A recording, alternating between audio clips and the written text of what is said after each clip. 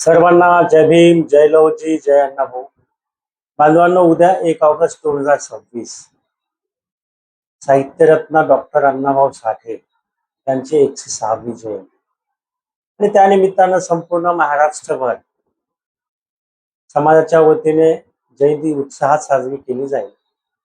आणि त्याच्या पूर्वसंध्येला म्हणजे आज 31 जुलै 2026ला महाराष्ट्र शासनाने आरतीची भव्य इमारत डॉक्टर अण्णाभाऊ साठे यांच्या आंतरराष्ट्रीय स्मारकाचं भूमिपूजन, अण्णाभाऊ साठे यांची कर्मभूमी असलेल्या घाटकोपर येथे मोठ्या थाटामाटात केलेलं आहे.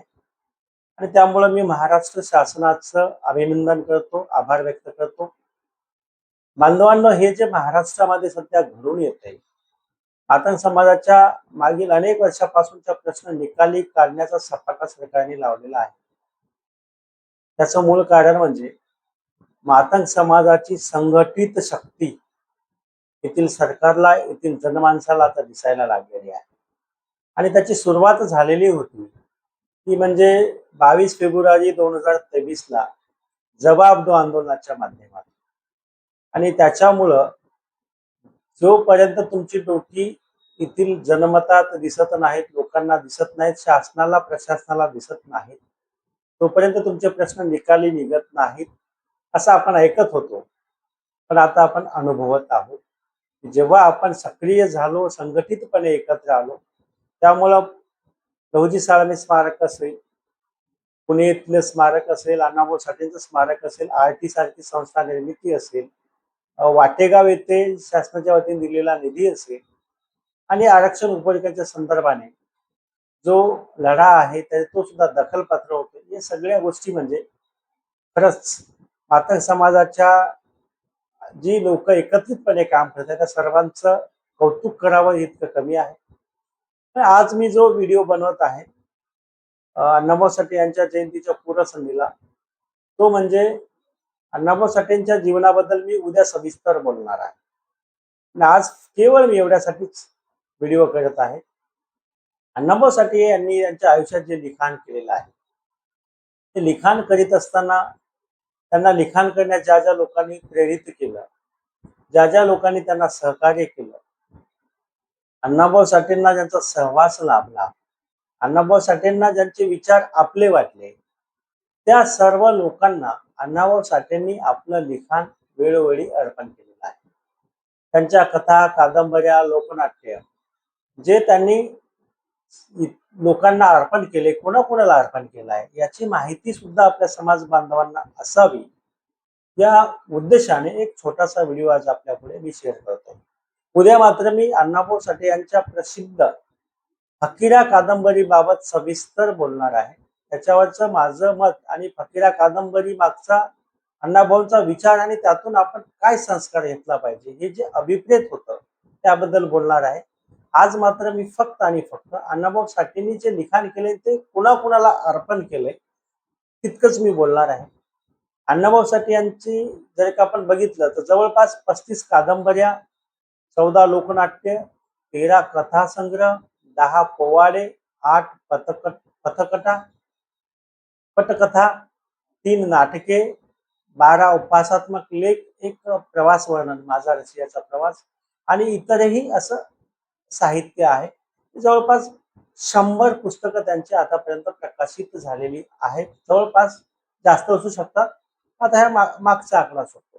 त्यापैकी अण्णाभाऊ साठे यांनी कोणती कादंबरी कुणाला अर्पण केली तेवढंच मी आज आपणा सांगत आहे. तर अण्णाभाऊ साठे यांचे जे साहित्य आहे त्यांनी जे अर्पण पत्रिका लिहिलेल्या आहेत कादंबरीच्या सुरुवातीला, कथेच्या सुरुवातीला, की मी कुणाला अर्पण करतोय, त्याच्यामध्ये त्यांनी त्याचं कारण लिहिले. ते आपण आता त्यांच्या एकेका कादंबरीची मी नावं आणि ते कुणाला अर्पण केले इतकंच सांगतो. अण्णाभाऊ साठे यांनी त्यांची अलगूज ही कादंबरी सौ उषाताई डांगे यांना अर्पण केलेली आहे. अग्निदिव्य ही कादंबरी महाराष्ट्राचे मुख्यमंत्री स्वर्गीय वसंतराव नाईक साहेब यांना अर्पण केली आहे. अण्णाभाऊ साठे यांची प्रसिद्ध कादंबरी आणि ज्यांना महाराष्ट्र शासनाने पुरस्कार दिला अशी त्यांची फकीरा ही कादंबरी आणि डॉक्टर बाबासाहेब आंबेडकर यांच्या झुंजार लेखणीस अर्पण केलेली आहे. त्यांची आघात ही कादंबरी आमदार मातंग गुरुजी यांना अर्पण केलेली आहे. चंदन ही कादंबरी श्रीमती जयवंताबाई यांना अर्पण केलेली आहे.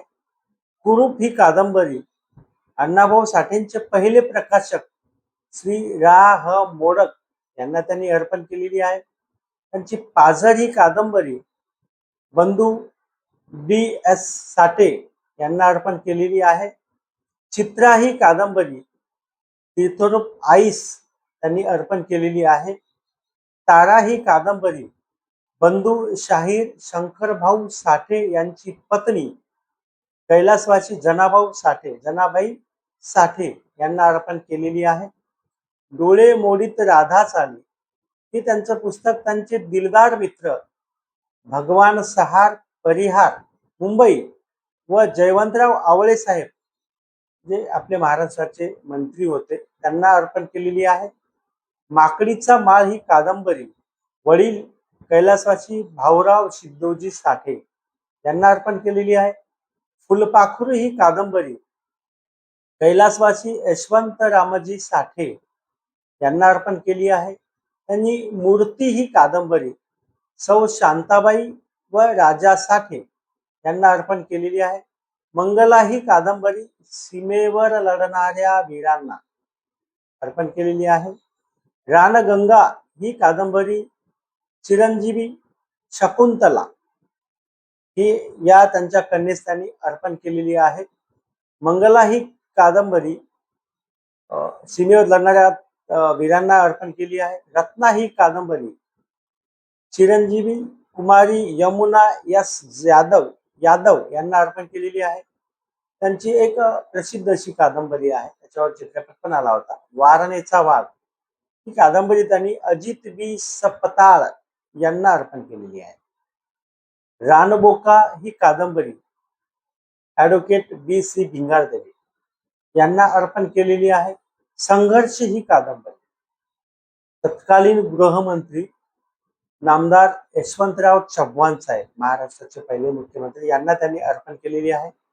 वैजंता ही कादंबरी चिरंजीव मधुकर साठे आणि संजय साठे हे शंकरभाऊ साठे यांचे चिरंजीव आहेत. तर माननीय आपले सचिनभाऊ साठे यांचे वडील आहेत. त्यांना अर्पण केलेली आहे. वारणेच्या खोऱ्यात अण्णाभाऊ साठे यांची पहिली कादंबरी आहे. अण्णाभाऊ साठे यांची पहिली कादंबरी वारणेच्या खोऱ्यात आहे, पण प्रकाशित झालेली पहिली कादंबरी चित्र आहे. ज्याने दलितांचे साहित्य आणि साहित्यिक निर्माण केले त्या महान गोरकीच्या स्मृतीस, म्हणजे त्यांचे जे आवडते लेखक होते अण्णाभाऊ साठे यांचे जे लेखक आहेत गोरकी, त्यांना ती वारणेच्या खोऱ्यात ही त्यांची कादंबरी त्यांनी अर्पण केलेली आहे. गुराळ हे कथासंग्रह जिगरी दोस्त शाहीर अमर शेख यांना अर्पण केलेली आहे. आबी हे कथासंग्रह सौ नलिनी दत्तात्रेय गव्हाणकर यांना अर्पण केलेली आहे.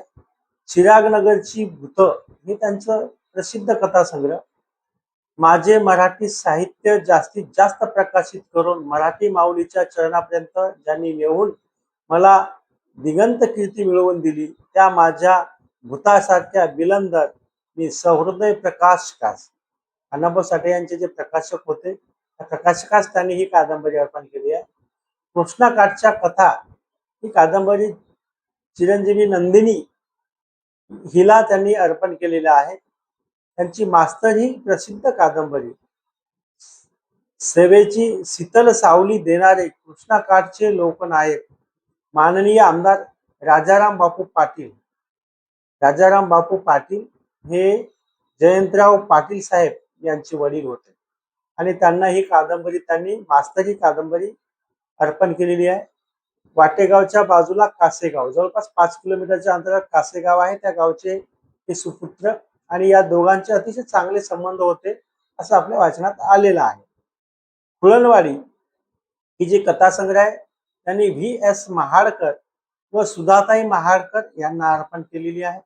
बरमाद्या कंझारी हे त्यांचा कथासंग्रह आचार्य अत्रे यांना त्यांच्या 63व्या वाढदिवसानिमित्त अण्णाभाऊ साठे यांनी अर्पण केलेली आहे.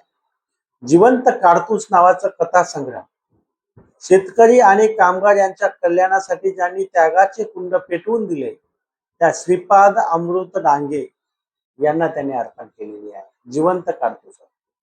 आणि हे श्रीपाद डांगे जे आहेत हे कम्युनिस्ट विचारांचे नेते होते. त्यांच्याच प्रभावाखाली येऊन डॉक्टर अण्णाभाऊ साठे हे नंतरच्या काळामध्ये त्यांच्या सोबतीनं कम्युनिस्ट पार्टीमध्ये काम करत होते. राम रावण युद्ध हे कथासंग्रह त्यांनी स्वातंत्र्य आंदोलनातील झुंजार क्रांतिकारक सहकार श्री आमदार रत्नाप्पा कुंभार हे तत्कालीन अत्यंत दिग्गज व्यक्ती होते. रत्नाप्पा कुंभार यांच्याबद्दल अनेक गोष्टी आपल्याला वाचायला मिळतात. एक मोठं व्यक्तिमत्व होतं. त्यांना राम रावण युद्ध नावाचं कथासंग्रह अर्पण केलेला आहे. इनामदार नाटक, चिरंजीवी शांता आणि शकुंतला या अण्णाभाऊंच्या 2 कन्या आहेत. त्या दोघींना इनामदार नावाचं नाटक त्यांनी अर्पण केलंय. आणि हे असं प्रसिद्ध नाटक आहे ज्या नाटकामधला जो रोल आहे तो रोल हिंदी चित्रपट सृष्टीतले बलराज सहानी नावाचे ऍक्टर हिंदीमध्ये करत होते. हे असं इतकं प्रचंड प्रसिद्ध झालेलं नाटक आहे. भानामती नावाचा कथासंग्रह चिरंजीव कुमारी शांताबाईस त्यांनी अर्पण केलेलं आहे. त्यानंतर नवे तमाशे ह्या नावाचं जे तमाशा संग्रह आहे, ज्यांनी हे लिहायला मला संपूर्ण मोकळीक दिली आणि स्वतःच्या आमच्या घर संसाराचे कष्ट काढले त्या चिरंजीव शंकर साठे या सप्रेम अर्पण केलेलं आहे. म्हणजे आपल्या भावानी शंकरभाऊ साठे यांनी घराची संपूर्ण जबाबदारी स्वतः पार पाडली आणि अण्णाभाऊ साठे यांना लिखाणास वेळ दिला, लिखाणास संधी दिली, सहकार्य केलं. त्याची कृतज्ञता व्यक्त करण्यासाठी नवे तमाशे नावाचं तमाशा संग्रह अण्णाभाऊ साठे आपल्या प्रिय अशा लहान बंधूस शंकर साठे यांना ते अर्पण केलेले आहे. माझा रशियाचा प्रवास हे त्यांचं जे एकमेव प्रवास वर्णन आहे. रशियाला अण्णाभाऊ साठे गेले त्याबाबतचा सविस्तर वृत्तांत त्यांनी ज्या पुस्तकात लिखाण केलेलं आहे ते माझा रशियाचा प्रवास हे पुस्तक त्यांनी दिलीप व हेमंत उर्ध्वरोषे यांना ते अर्पण केलेलं आहे. अशा पद्धतीनं शाहीर पोवाडा लावणी संग्रह, शाहीर नावाचं एक त्यांचं पोवाडा आणि लावणी संग्रह आहे, शाहीर नावाचं पुस्तक आहे. ते त्यांनी ज्यांनी हे पोवाडे गाऊन उभ्या महाराष्ट्राला ऐकवले ते शाहीर द ना गव्हाणकर. त्यांचे जे त्रिकूट होतं शाहिरांचं, एक शाहीर अमरशेख, शाहीर गव्हाणकर आणि शाहीर अण्णाभाऊ साठे असं जे त्रिकूट होतं त्यातले जे गव्हाणकर आहेत त्यांना शाहिरी नावाचं पुस्तक अण्णाभाऊ साठे यांनी अर्पण केलेलं आहे. अशा पद्धतीनं अण्णाभाऊ साठे यांनी वेळोवेळी त्यांना सहकार्य करणारे त्यांचे आप्तेष्ट नातेवाईक, त्यांचे काही प्रिय व्यक्ती, ज्यांनी त्यांना सहकार्य केलं असे राजकीय व्यक्ती, त्यांच्या चळवळीचा ज्यांचा प्रभाव होता असे व्यक्तिमत्व आणि त्यांची फकीरा कादंबरी डॉक्टर अण्णाभाऊ साठे यांनी डॉक्टर महामानव बाबासाहेब आंबेडकर यांना अर्पण केलेली आहे. त्यांचं एक महत्वाचं पुस्तक त्यांनी मास्तर ही प्रसिद्ध कादंबरी राजाराम बापू पाटील, जयंत पाटलांचे वडील यांना अर्पण केलेली आहे. त्यानंतर जिवंत कारतूस नावाचं हे त्यांचं एक प्रसिद्ध पुस्तक त्यांनी अमृत डांगे, श्रीपाद अमृत डांगे यांना अर्पण केलेलं आहे. आणखी एक महत्वाचा व्यक्ती म्हणजे राम रावण युद्ध हे पुस्तक त्यांनी रत्नाप्पा कुंभार यांना अर्पण केलेलं आहे. शाहीर नावाचं पुस्तक त्यांनी गव्हाणकर साहेबांना अर्पण केलेलं आहे. गुऱ्हाळ नावाचं पुस्तक त्यांनी त्यांचे जवळचे मित्र शाहीर अमर शेख यांना अर्पण केलेलं आहे. त्याच्यानंतर एक आणखी महत्वाची म्हणजे संघर्ष नावाचं त्यांचं एक चांगली सैनिकाबद्दलचं एक पुस्तक आहे, ते यशवंतराव चव्हाण साहेब यांना त्यांनी अर्पण केलेलं आहे. त्याचबरोबर त्यांनी डोळे मोडीत राधा चाले हे पुस्तक जयंतराव आवळे साहेबांना त्यांनी अर्पण केलेलं आहे. एक अग्नी दिव्य नावाची त्यांची कादंबरी आहे आणि ती कादंबरी महाराष्ट्राचे तत्कालीन मुख्यमंत्री माननीय वसंतराव नाईक साहेबांना अर्पण केलेली आहे. त्याच्यामुळं अण्णाभाऊ साठे हे कुठल्या तरी एकाच विचाराचे होते म्हणून त्यांनी त्याच विचाराच्या लोकांना अर्पण पत्रिका दिलेली आहे. असं नाही. अण्णाभाऊ साठे हे बहुआयामी व्यक्तिमत्व होतं.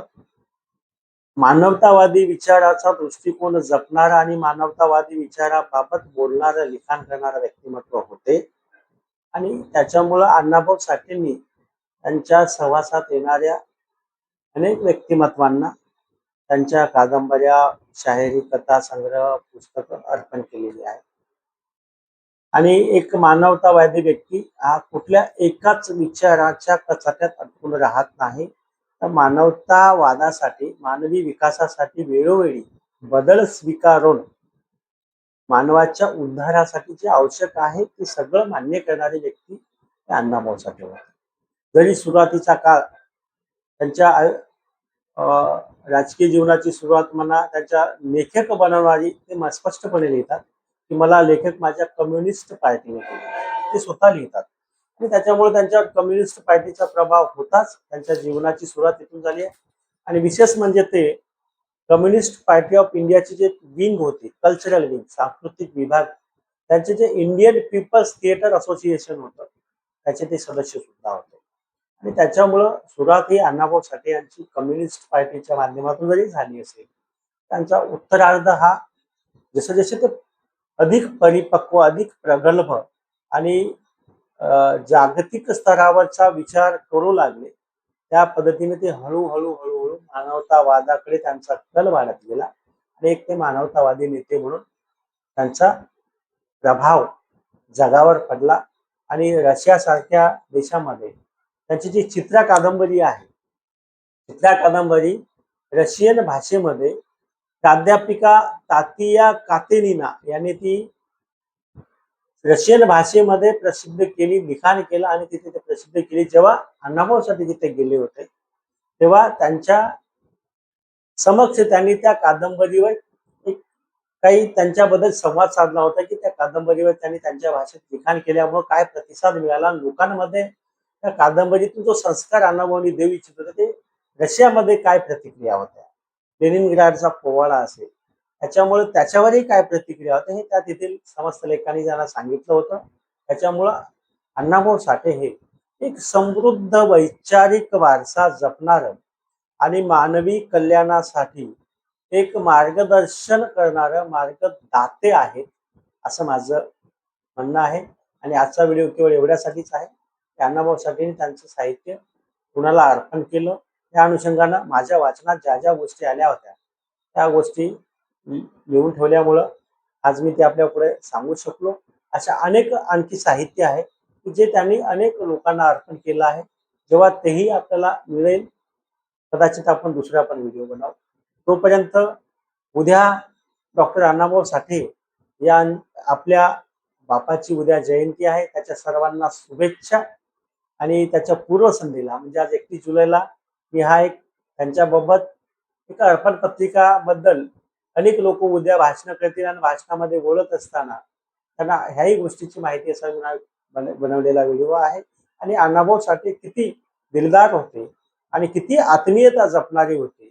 ज्या ज्या आपल्या सहकार्यांना, मित्रांना त्यांनी आपल्या अर्पण एक एवढं साहित्य अर्पण केले, पुस्तक अर्पण केले, त्याची माहिती असावी म्हणून हा व्हिडिओ केलाय. धन्यवाद. जय लवजी, जय भीम, जय संविधान.